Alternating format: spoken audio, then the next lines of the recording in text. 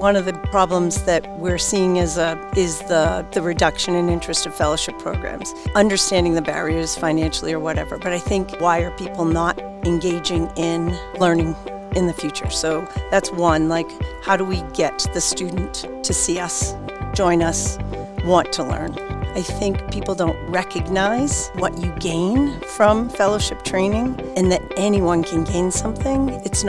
You're not just doing it to be a researcher.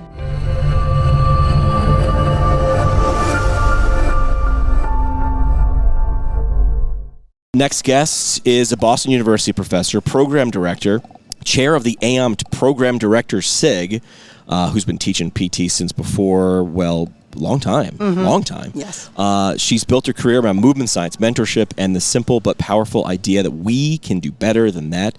Dr. Lee Marinko, welcome to the show. Thank you. It's nice to be fellow here. Giants fan. Oh, absolutely. We're doing well. We're doing okay. We're doing okay. We're doing better. Are we? We beat the Patriots twice in the past, so well, then we're fine. It's no big deal.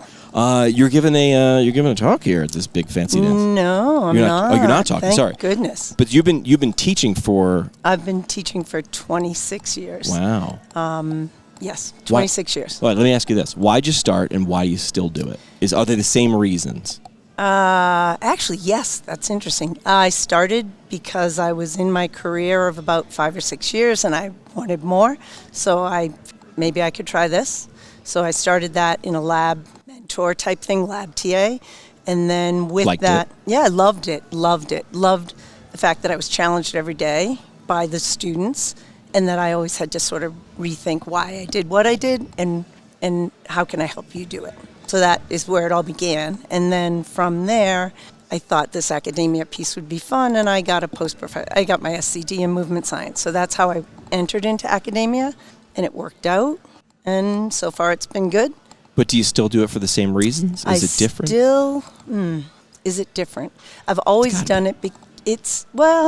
I've always said I hate not good PT. Like, that really breaks my soul when someone says I had PT and it didn't work. As you said, we can do better than that. So that is why I still do it. And I really try to bring the future of PT to where I think it can be. And I think that too many people get complacent and make it a practice, not a profession. Understood. And you're at Boston University. Yes. So I love the fact that we're both Giants fans too, yes. and you're in New England. It's pretty amazing. Your fellowship model is we can do better than that, as I just mentioned. Mm-hmm. What are specific areas where you think our profession still sells itself short? Where can we still do better than that? Where can we still do better than that? I think from the profession of OMPT, okay. I don't think we all speak the same language, so it gets very confusing for a consumer or for a student or for a PT. I think we get stuck in silos in our profession and in the practice of OMPT. I think we should be able to advance our practice and use what we learned from the founding members of OMPT and build on what we're gaining in terms of innovation, science, all the wearable devices. I feel like we really can move forward with this, and we won't lose sight of manual therapy. We'll just enhance it. Like, I feel like we've gone short in that we haven't advanced manual therapy to the advancement of where we are in every other domain of industry right now. So I feel like there's where we've done short. Okay. You talk a lot about aha moments. Mm-hmm. I call them eyebrow moments. Yes, when exactly. Someone goes, whoop, that's when I key in. Like, I don't know what it is, but we've got something. For you and for your learners, those moments, what creates those moments in great mentorship? Really good question. I think being present or observing for the moment and being in that moment to try to sort of, whether if the fellow is in the moment and you're the mentor, are you in that moment with the fellow for that moment? So being contextually present and mentoring or observing or engaging for the benefit of everyone in that room. I think the aha moments come when everything's symbiotic, and either I, as a mentor, am seeing that fellow catch it and be like, oh, yes, you were doing that, clinical reasoning. Or the fellow is in the moment of, oh, I did just get OA or whatever. Or the patient is really like, ooh, this is going to work. So I feel like it's sort of multi-tiered. And I think it's just it's a weird perception of all of a sudden it's all together and it's all working. I think those are the aha moments. Okay. Sometimes it's the aha moment of, ooh, you don't get this. Right? And that's okay too. Well, you've identified a problem. Right. Or and that's aha, we got to work on that. And even the fellow, you can see when they say something to a patient and it falls hard. And you see them kind of going, ooh, that didn't work. Right? So those moments are all part of the growth. I think that's the great part. So what's the difference between, in your perspective, between a teacher, a professor, a mentor, and a coach? Those three things are three different words. But what are some of the differences?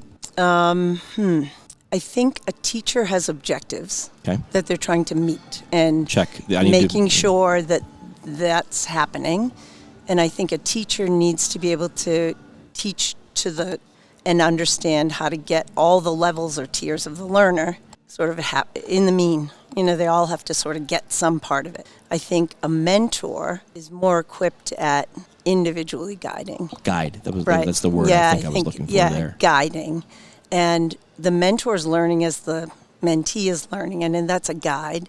And I think both mentors and teachers are coaches versus a coach that has an end point, like the game we need to win. We don't want our players hurt. We need to win.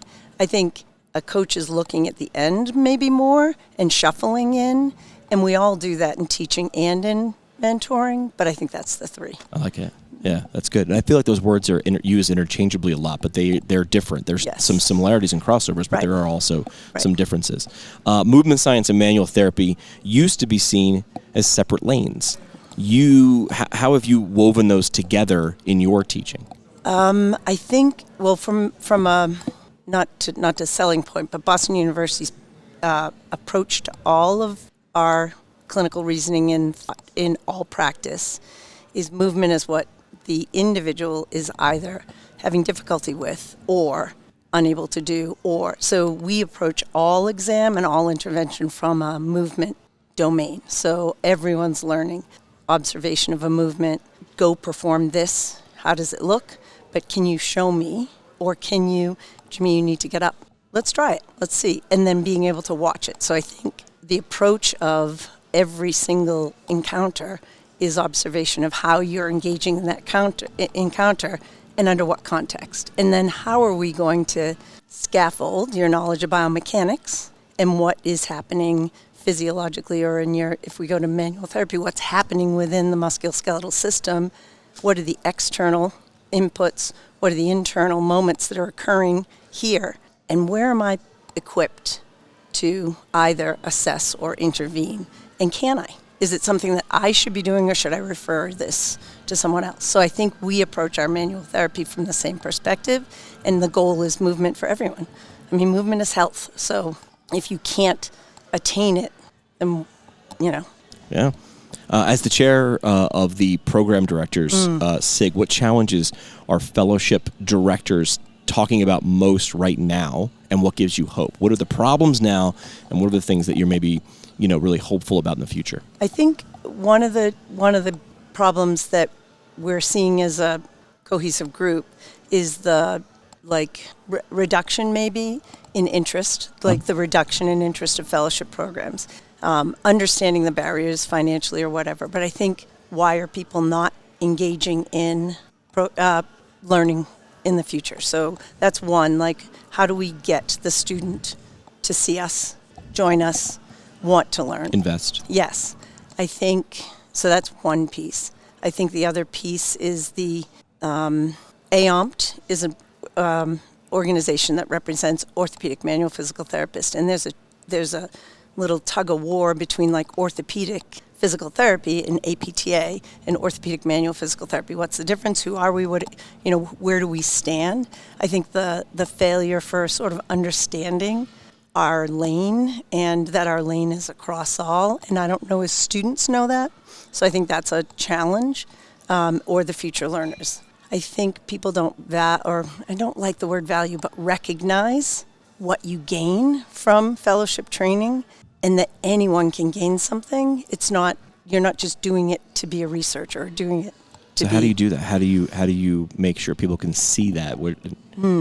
That's the existential question. Like, where do we do this? We get you. Podcasts and yeah, videos. We bring you. Well, I say, I've said before, my favorite day in third grade was show and tell. Yes. Tell's fine. Show's better. Yes. We're in a show business. I've challenged healthcare providers. I'm like, you're in a show business whether you like it or not, whether you know it or not. And how do you speak it outside? Because we're really good within our own inner circle. Yeah. I know you. We know each other. But who does... Yeah, so I don't know. That's you. That's why we have you here. No pressure. No pressure.